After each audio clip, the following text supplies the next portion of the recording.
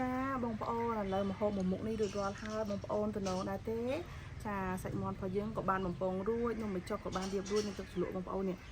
បងប្អូនថ្ងៃនេះមានគោស្លាប់មាន់ណាខ្ញុំទិញបាន1គីឡូដែរបងប្អូនតែខ្ញុំទិញពីម្សិលមិញខ្ញុំបានខ្លះសេឥឡូវខ្ញុំនឹកឃើញថាខ្ញុំចង់ធ្វើម្ហូបមួយមុខដើម្បីថតបង្ហាញជូនបងប្អូនណាបងប្អូនហើយ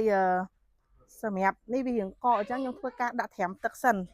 វាកកបងប្អូនយើងដាក់ផ្លាសេនៅក្នុងទូកកនេះខ្ញុំត្រាំទឹកសិនណាឲ្យវានេះសិនហើយយើងលាងសម្អាតវាបាន3 4ទឹកហើយខ្ញុំនឹងធ្វើមុខម្ហូបប្លែកមួយជូនទៅបងប្អូនទស្សនាចាំតាដានមួយខ្ញុំបងប្អូនបងប្អូនចាត្រាំទាំងអស់ហ្មងណា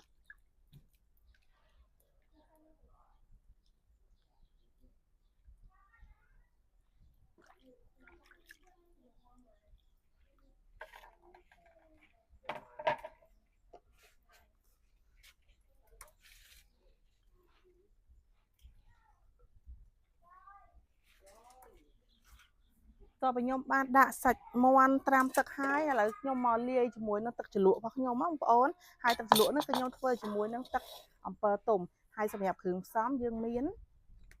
ទឹកត្រីម្សៅស៊ុបប៊ីចេងស្ករអំពិលទុំហើយនឹង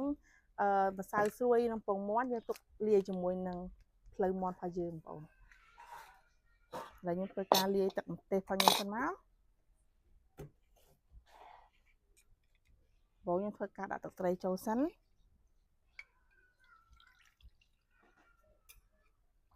ខ្ញុំដាក់មកល្មមសិនបងប្អូន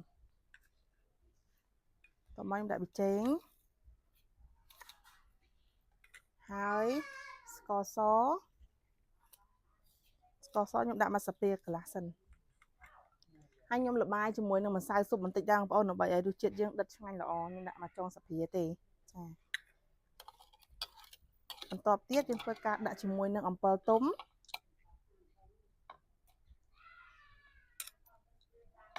ចា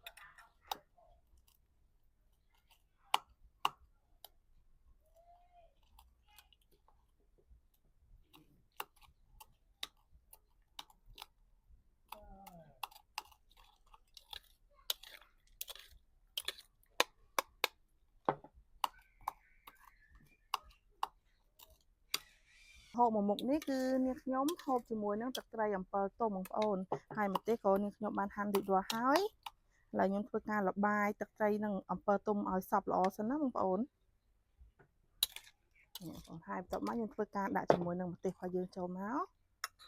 ទីនោះដាក់ទាំងអស់តែទាំងអស់នោះខ្ញុំដាក់តែ2ទេហើយនៅមួយមុខទៀតគឺយើងដាក់ជាមួយនឹងស្លឹកខ្ទឹមណាបងប្អូនតែខ្ញុំអត់តបានហាន់ចាប់ផ្ដើមឲ្យវាលបាយតាយបែបនេះបានទឹកត្រីយើងវាដមល្អបងប្អូនឆ្ងាញ់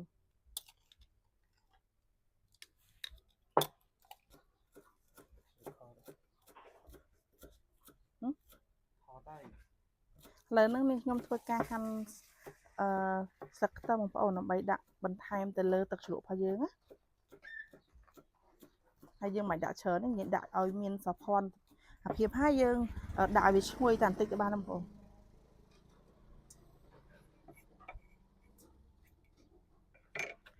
សម្រាប់ទឹកត្រីរបស់ខ្ញុំឥឡូវនឹងបានរៀបរាល់ហើយនាងខ្ញុំក៏ចាប់ផ្ដើមរៀបចំលាយគ្រឿងបំពងជាមួយនឹងគល់ស្លាបរបស់យើងណាបងប្អូនចាហើយយើងរួចរាល់ហើយមួយមុខហើយយើងទុកទឹកត្រីមួយដុំសិនទៅ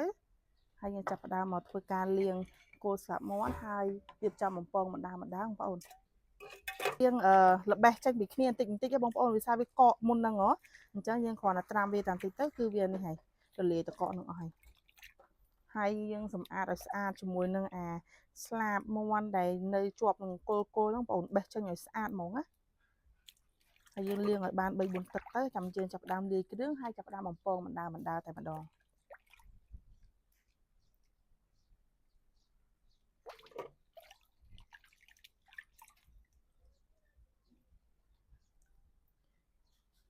រៀងយូរបន្តិចដែរបងប្អូនមុខម្ហូបមួយនេះដោយសារតែយើងត្រូវលាងសម្អាតឲ្យបានយូរហើយនឹងបេះអាស្លាបនេះចេញនេះបងប្អូនវានៅជាប់បន្តិចហ្នឹងណាគេធ្វើមកអត់ស្អាតហ៎ដល់ពេលយើងយកមកលាងថែមយើងត្រូវតែបេះច្រើនណាបងប្អូន1គីឡូហ្នឹងដូចជាតម្លៃ15000ប៉ុន្តែបានច្រើនយើងអាចហូបមកគ្រួសារក្នុងមួយពេលហ្នឹងគឺល្មមបបោហ្មងយើងថែមជាមួយបន្លែតិចតួចពី3មុខទៅគឺរួចមួយពេលហើយបងប្អូន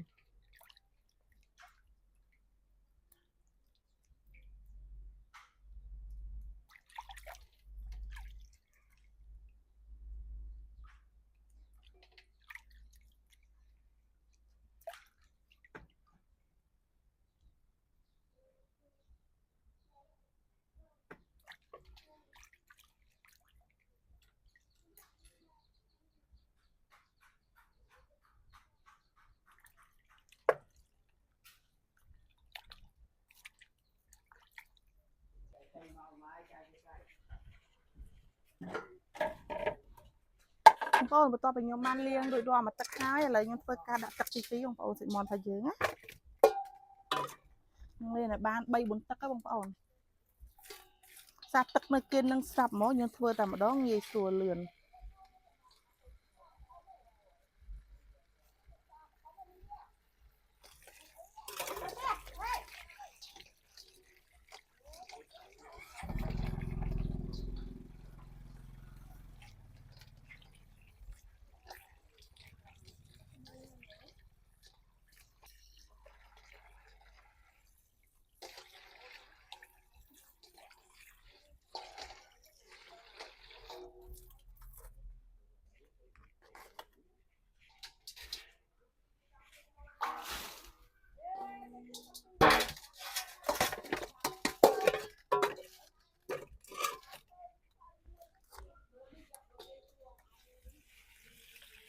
ឥឡូវនេះជាទឹកទី3ហើយអ្នកខ្ញុំធ្វើការលាងហើយគឺខ្ញុំសម្រោះបងប្អូនសម្រោះដាក់លើកញ្ឆេងហ្នឹងដើម្បីវាស្ងួតបន្តិច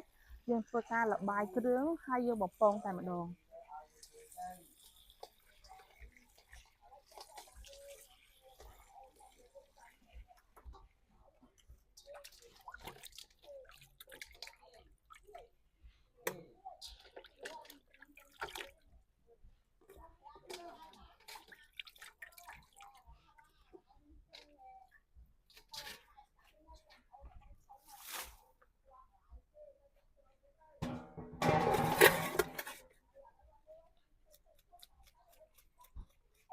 ឲ្យស្រស់ទឹកបែបនេះបងប្អូនឥ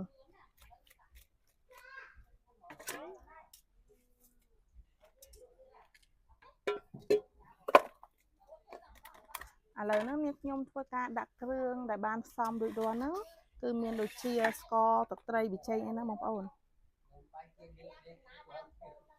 ខ្ញុំដាក់ម្សៅស៊ុបតែបន្តិចទេតបមកស្ករសក៏បន្តិចដូចគ្នាប៊ីចេងចុងសាព្រាទឹកត្រីបន្តិចបងប្អូនហើយនឹងជាមួយនឹងប្រេងខ្យង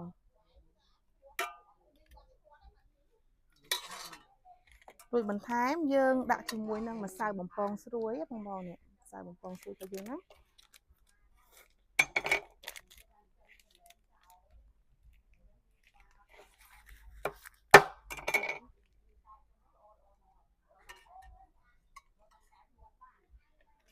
យើងដាក់មកល្មមហើយបន្ថែមចង់ឲ្យស្រួយហើយឆ្ងាញ់ល្អបងប្អូនយើងដាក់ជាមួយនឹងពងទាហ្នឹងគឺយកតែផ្នែកក្រហមឯណាបងប្អូន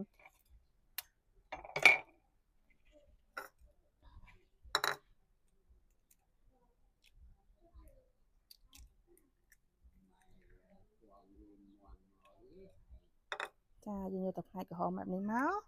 បន្ទាប់មកយើងលបាយឲ្យសព្វគ្រឿងល្អបងប្អូន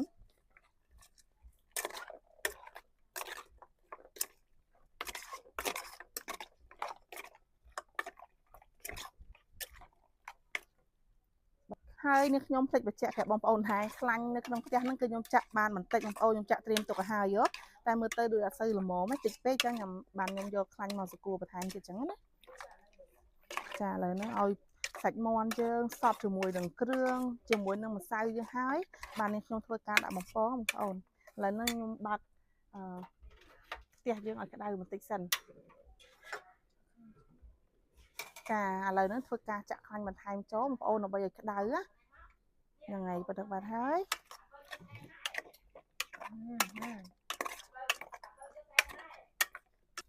ចាបងប្អូនឥឡូវហ្នឹងឃើញថាសាច់មាន់របស់យើងក៏ចាប់ផ្ដើមចូលជាតិបានល្អនាងខ្ញុំក៏រៀបចំបំពងហើយណាមួយម៉ោងរបស់យើងក៏កាន់តែថ្ងៃដែរបងប្អូនចិត្តដល់ម៉ោងបាយថ្ងៃត្រង់ហើយអញ្ចឹងចាប់ផ្ដើមធ្វើបណ្ដាទៅតិចលោកឪពុករបស់ខ្ញុំគាត់បានត្រឡប់មកពីធ្វើការវិញគាត់ហៅហើយបងប្អូនខ្លាញ់យើងចាប់ផ្ដើមឮសំឡេងទុះបន្តិចម្ដងហើយចា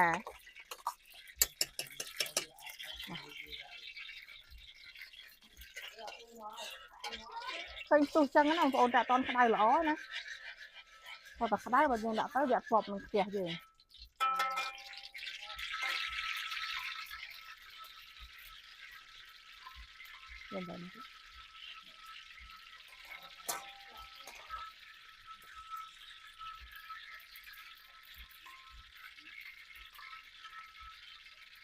បងប្អូនកលឹះសំខាន់គឺយើងដាក់អំបិលបន្តិចទៅដើម្បីឲ្យកុំឲ្យវាជាប់ជាមួយនឹងសាច់មាន់ដែលយើងចៀនណាបងប្អូនមិនថាចៀនសាច់មាន់មិនថាចៀនស្អីយើងធ្វើបែបនេះគឺអត់ជាប់ទេបងប្អូនចាតោះមកឥឡូវឃើញថាខ្លាញ់យើងក្តៅមែនតើខ្ញុំធ្វើការដាក់បំពងម្ដងបងប្អូនអូឈៀវតែម្ដង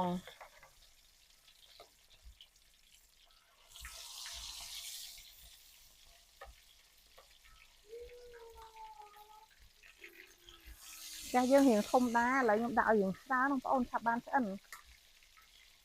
ហើយយើងអាំងទៅលាងបន្លែយើងស្ទាប់ជាមួយហ្នឹងហើយខ្ញុំមាននំបញ្ចុកដែរណាបងប្អូនមុខម្ហូបហ្នឹងណា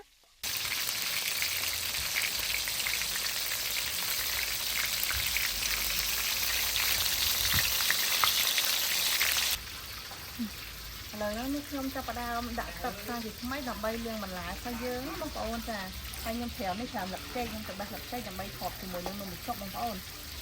ឥឡូវដាក់ទឹកឲ្យយើងច្រើនបន្តិចសិន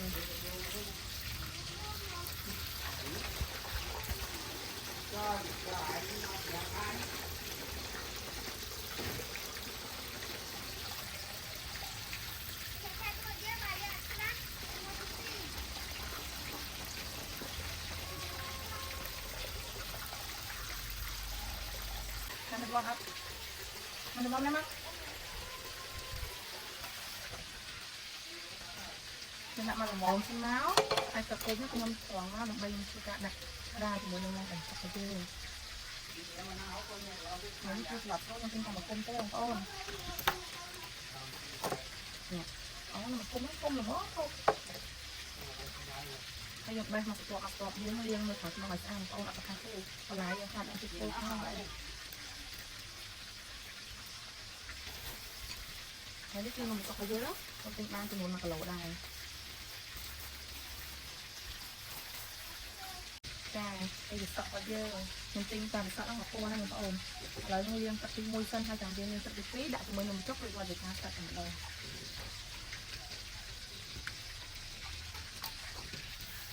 nó sẽ một ôm mà thiệt đi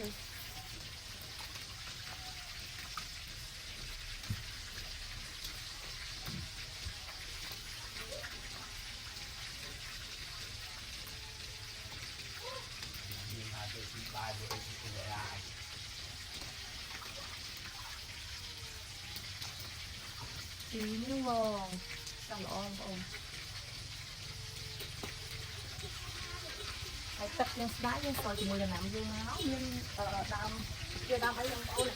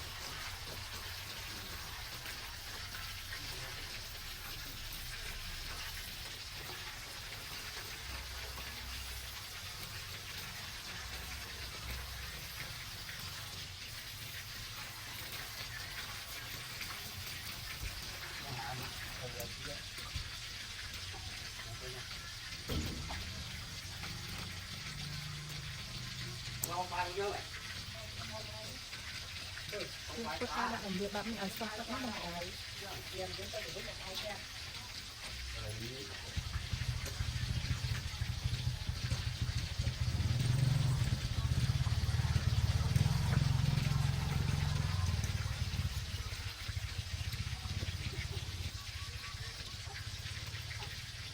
lo hay lên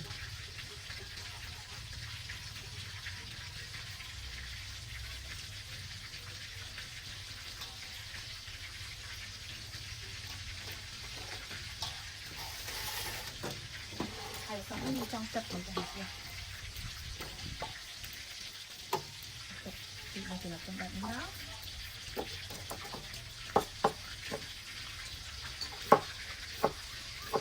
mà trong cái xôi mình cũng sống xôi chưa được sống như trong một đá tiếp theo cái ngọt này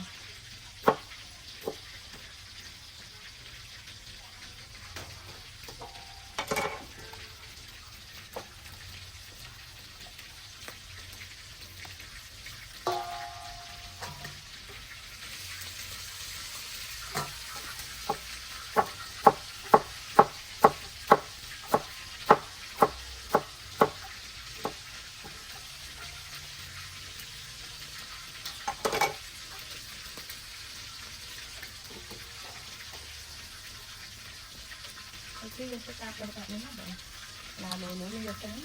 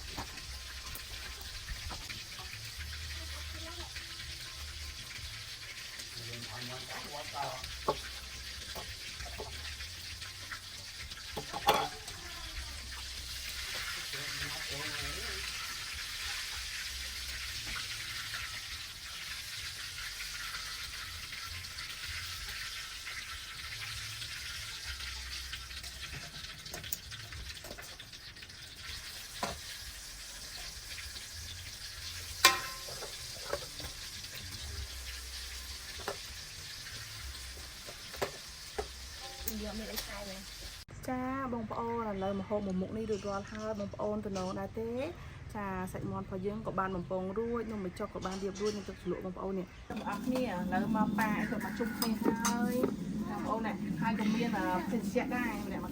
cái không các ông muốn đặt môi đặt mặt chảo sẵn á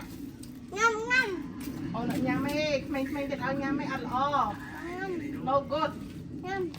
no ok nhắm tới nhắm mạng cho bài ổn lần mòn dưới nó đậm nào ông đã tập luộc chuyện một nhắm tệ bán nhá chết xanh ở chơi hai cái chơi hay dương không với lồng một chọc của ba năm một ổn bye bye phụ mai bông phụ ổn được ốc nì ốc cún ra trẻ bye bye mua cho trẻ bye mới đi bye mua mình bye mua bye mua bye mua